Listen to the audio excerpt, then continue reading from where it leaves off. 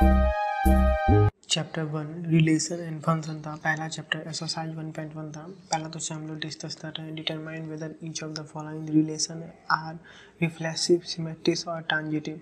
अगर आप तो रिफ्लेक्सिव क्या होता है नहीं पता, सिमेट्रिक क्या होता है नहीं पता, ट्रांजिटिव क्या होता है नहीं पता, तो कोई बात नहीं, आप इस वीडियो में बने रहिए, मैं ये भी समझा दूंगा इसी वीडियो में और क्वेश्चन भी सॉल्व करवाऊँगा।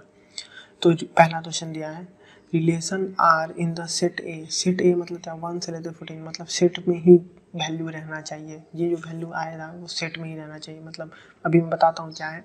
एज रिलेशन हमें दिया है 3s minus Y equal to 0। तो जब हम लोग एस की वैल्यू 1 रखेंगे, ठीक है, तो वाई की वैल्यू हमारे पास क्या आ जाएगा, वाई की वैल्यू हमारे पास 3 आ जाएगा। जब हम लोग एस की वैल्यू 1 रखें तो वाई की वैल्यू हमारे पास 3 आ गया। जब एस की वैल्यू हम लोग 2 रखेंगे तो y की वैल्यू हमारे पास क्या आ जाएगा, 6। जब हम लोग s की वैल्यू 3 रखेंगे तो y की वैल्यू हमारे पास क्या आ जाएगा, 9। और जब s की वैल्यू हम लोग 4 रखेंगे, ठीक है, तो s की वैल्यू जब हम लोग 4 रखेंगे तो y की वैल्यू हमारे पास क्या आ जाएगा, 12।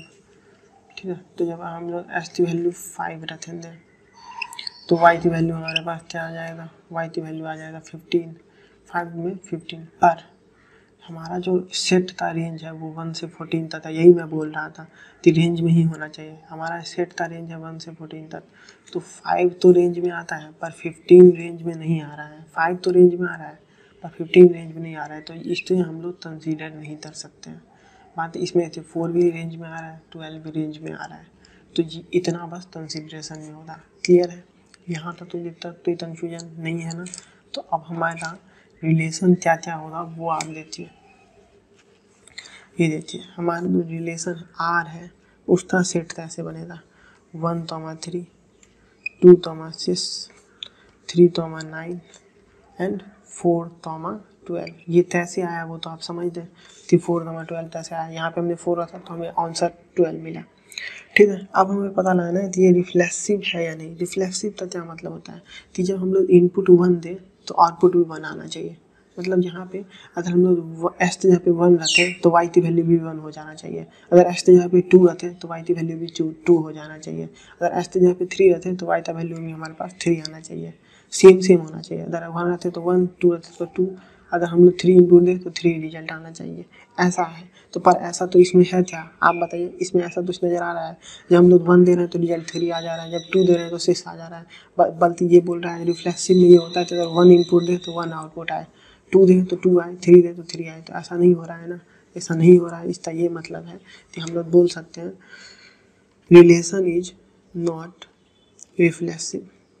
ठीक है, ये तो हमारा क्लियर हो गया। अब हम लोग सिमेट्रिक का पता लगाएंगे। सिमेट्रिक का कैसे पता लगाएंगे कि अगर हमारे पास 1 और 3 जो है, जैसे कि ये मान लेते हैं 1 और 3 जो है वो रिलेशन में एग्जिस्ट कर रहा है, बिलोंग्स टू रिलेशन। ठीक है, 1 और 3 रिलेशन में एग्जिस्ट कर रहा है, तो इसका उल्टा 3, 1 भी रिलेशन में एग्जिस्ट कर रहे हैं, तो हम लोग बोल सकते हैं सिमेट्रिक है। ठीक है, तब हम लोग बोल सकते हैं सिमेट्रिक है। पर इसमें आप देखिए 1, 3 जो है वो तो एग्जिस्ट कर रहा है, पर 3, 1 तो ही है नहीं है। 2, 6 कर रहा है पर 6, 2 तो ही है नहीं है। 3, 9 एग्जिस्ट कर रहा है पर 9, 3 तो ही है नहीं है। 4, 12 एग्जिस्ट कर रहा है पर 12, 4 है नहीं है। तो उल्टा भी एग्जिस्ट करना चाहिए। जैसे कि अगर 3, 9 है तो 9, 3 भी रिलेशन में एग्जिस्ट करना चाहिए, पर ये तो 9, 3 तो एग्जिस्ट कर रहा है पर ये एग्जिस्ट नहीं कर रहा है। 3, 9 तो एग्जिस्ट कर रहा है पर 9, 3 एग्जिस्ट नहीं कर रहा है। ठीक है, तो इससे हम लोग क्या बोल सकते हैं, इसमें भी 1, 3 एग्जिस्ट कर रहा है, 3, 1 एग्जिस्ट नहीं कर रहा है, तो हम लोग बोल सकते हैं रिलेशन इज नॉट सिमेट्रिक। ठीक है, ये हम लोग बोल सकते हैं क्योंकि एग्जिस्ट नहीं कर रहा है। क्योंकि अगर ये थे 1, 3 हम लोग डालें, अब देखिए ये इक्वेशन हमारे पास दिया है 3s minus Y equal to 0। तो जब हम लोग 1, 3 डालें मतलब एस की जगह पे 1, तो यहाँ पे 1 रख दिया -0, तो मैं वाई की वैल्यू 3 आ गई। ठीक है, लेकिन जब यहाँ पे हम लोग एस की जगह पे 3 रखेंगे तो जब इस वाले की मदद से तो 3 × 3 माइनस वाई इक्वल टू 0, तो वाई की वैल्यू तो 9 आ गई पर आना 1 चाहिए था, 1 आना चाहिए था ना। क्योंकि हमने जब 3 लिया तो जब हमने 1 लिया तो वाई की वैल्यू हमारे पास 3 आई एकदम सही, पर जब हमने 3 लिया तो हमारे पास वाई की वैल्यू 1 आना चाहिए, 9 आ गया जो कि गलत हो गया। तो उसके लिए हम लोग बोल सकते हैं आर इज नॉट सिमेट्रिक। तो जितना तो कन्फ्यूजन। आप लोग रिफ्लेक्सिव और सिमेट्रिक तो समझ रहे हैं। अब ट्रांजिटिव हम लोग पे जाते हैं। ट्रांजिटिव कैसे होता है उस तो कैसे निकालते हैं, ठीक है। ट्रांजिटिव पे चलते हैं। ट्रांजिटिव में क्या होता है कि देखिए इसमें आप देखिए, इसमें लास्ट वाला जो एलिमेंट है वो सेम होना चाहिए। जैसे थी 1,3 और 3,9 देख रहे, ये लास्ट एलिमेंट सेम है दोनों में, मतलब इसका लास्ट इसका फर्स्ट सेम है। अगर ये देखिए 1,3 भी रिलेशन से बिलोंग करता है और 3,9 भी रिलेशन से बिलोंग करता है, तो फिर डायरेक्टली 1,9 भी रिलेशन से बिलोंग करना अगर करेगा ही करेगा तो फिर हम लोग बोलेंगे ये ट्रांजिटिव है। पर आप इसमें देखिए, इसमें 1,3 तो बिलोंग कर रहा है, 3,9 तो बिलोंग कर रहा है, पर 1,9 बिलोंग नहीं कर रहा है। आप तो यहाँ पे कहीं पे 1,9 नज़र आ रहा है, नहीं आ रहा है, इसका ये मतलब 1,9 बिलोंग नहीं कर रहा है। वैसे भी आप चेक कर सकते हैं, इस इक्वेशन में डालते 3s माइनस वाई वाली इक्वेशन में डालते एस तो यहाँ पे 1 डाल दो तो 3 × 1 माइनस y इक्वल टू 0, तो y की वैल्यू हमारे पास 3 आ गई, पर y की वैल्यू 9 आनी चाहिए थी, तो ऐसा नहीं हुआ। इसका मतलब हम लोग बोल सकते हैं कि 1,3 belongs to R, 3,9 belongs to R, but 1,9 doesn't belong to R। इसका ये मतलब हो गया R is not transitive, R transitive नहीं है। इससे हमें ये पता चल गया। क्लियर है? तो ये कन्फ्यूजन नहीं होना चाहिए, ठीक है। तो हम लोग आप फाइनल रिजल्ट लेते हैं कि R is neither reflexive nor symmetric nor transitive, ठीक है। हम लोग ये डायरेक्टली हमारा आ गया। तो जितना कोई कन्फ्यूजन है तो आप बताओ। तो चलो पहला था, दूसरा पार्ट डिस्कस कर लेते हैं। Relation R in the set A, set वही है 1 से लेते 14 तक। डिफाइन इक्वल टू रिलेशन जो दिया है एस तो y, y equal to s plus 5 where s is smaller than 4, और हमें रेंज रिलेशन दिया हुआ है, ठीक है। अब रिलेशन ऐसे निकालेंगे हम लोग। रिलेशन ये जो है ये दिया नहीं है, ये हमने फाइंड आउट किया, ये कैसे फाइंड आउट किया है हमने, कैसे फाइंड आउट करेंगे ये देखिए, ऐसे फाइंड आउट करेंगे। तभी दे दिया भी रहे या ना भी दिया रहे हमें तो फर्क नहीं पड़ता, हम लोग सीधा फाइंड आउट कर सकते हैं। वाई इक्वल टू एस की वैल्यू जब हम लोग 1 रखेंगे तो हमारे पास वाई की वैल्यू क्या आ गई 6, जब एस की वैल्यू हम लोग 2 रखेंगे तो वाई की वैल्यू क्या आ गई 7, जब एस की वैल्यू हम लोग 3 रखेंगे तो वाई की वैल्यू क्या आ गई 8, ठीक है। जब एस की वैल्यू हम लोग 4 रखेंगे तो वाई की वैल्यू आ गई हमारे पास 9 आ गई, ठीक है।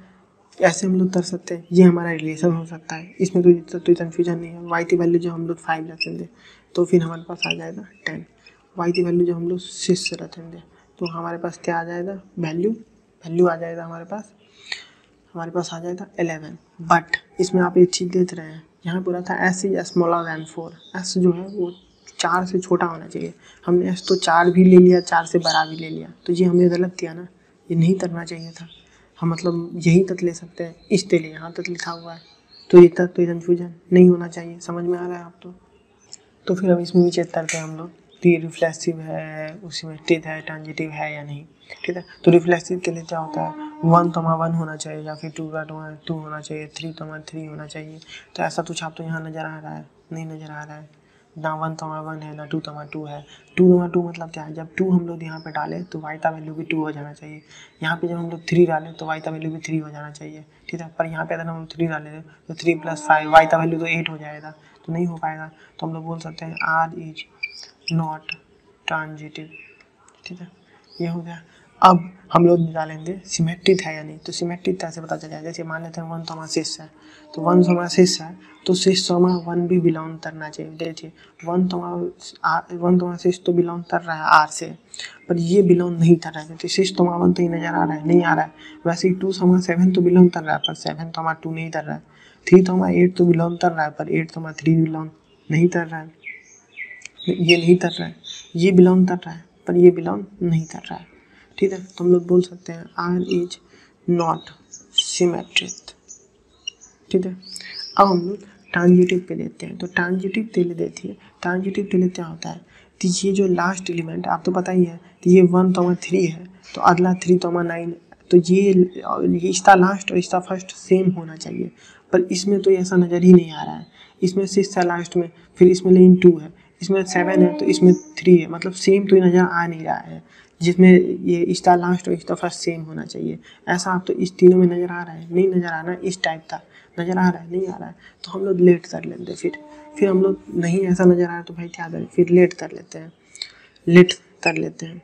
क्यों लेट कर रहे हैं ये भी आप लिख दीजिएगा कि एग्जाम में no pair in R such that s y s belongs to R. ठीक है, तो हमें तो रिलेशन नहीं मिला आप आर में, इसलिए हमने कंसीडर कर लिया s y s belongs to R, ये हमने मान लिया। लेकिन s z couldn't belong to R. ठीक है, ये तो नहीं हो पाएगा। क्यों नहीं हो पाएगा, आपके मन में आ जाती क्यों नहीं आएगा। देखिए, अब हमें जब ही हमें ये रिलेशन नज़र ना आए, जब ही कि 1,3,9 वाला रिलेशन नज़र नहीं आए, मतलब इसका लास्ट और इसका फर्स्ट सेम नज़र आने वाला नहीं आए, इसका तभी अब मतलब है कि ये तो जो फंक्शन हमें दिया हुआ है, ये जो रिलेशन हमें दिया हुआ है, ये तुरंत ट्रांजिटिव तो है ही नहीं, पर इसको लिखन देता है, ऐसे एग्जाम में कैसे लिखन दे, जब भी हम लोग तो ये इसका लास्ट और इसका फर्स्ट वाला टर्म अगर मतलब मिलता हुआ इसमें नज़र ही ना आए, तो इसमें तो ऐसा कोई टर्म नज़र ही नहीं आया। यहाँ पे 6 था तो यहाँ पे भी 6 आ जाता तो फिर तो मज़ा ही आ जाता, यहाँ पे 7 था यहाँ पे भी 7 हो जाता तो फिर तो मज़ा ही आ जाता, पर ऐसा हुआ नहीं हुआ। तो फिर हम लोग अब इसको एग्जाम में कैसे लिखेंगे, तो एग्जाम में ऐसे लिखेंगे s y s belongs to R, ये लिखेंगे हम लोग। तो ये बिलोंग्स टू आर तो है, पर s z belongs to R, s z doesn't belong to R, तो इसको लिखेंगे ये ट्रांजिटिव नहीं है। इसको रिप्रेजेंट लिखने का तरीका ये है, एग्जाम में लिखने का ये तरीका है कि हम लोग मान लेंगे कि एस वाई जो है वो बिलोंग कर रहा है आर से, वाई एस बिलोंग कर रहा है आर से, पर एस जेड बिलोंग से नहीं कर रहा है, क्योंकि हमें तो ऐसा फंक्शन नज़र ही नहीं आया जिसमें इसका लास्ट और इसका फर्स्ट सेम हो जाए। ऐसा कोई पेयर नज़र आ रहा है जिसमें इसका लास्ट इसका, यहाँ पे मान लीजिए 8 है तो यहाँ पे 8 हो जाता तो फिर सही होता पेयर, पर ऐसा है नहीं। यहाँ पे 7 है, यहाँ पे भी 7 हो जाता तो फिर पेयर अच्छा होता, पर ऐसा कोई पेयर है ही नहीं जो सेम हो जाए। तो इस तरह हम बोल सकते हैं तो ये ट्रांजिटिव भी नहीं है, तो ये नॉट ट्रांजिटिव। तो हम लोग बोल सकते हैं R is neither reflexive nor symmetric nor transitive. ठीक है, तो कन्फ्यूजन आगे चलते हैं।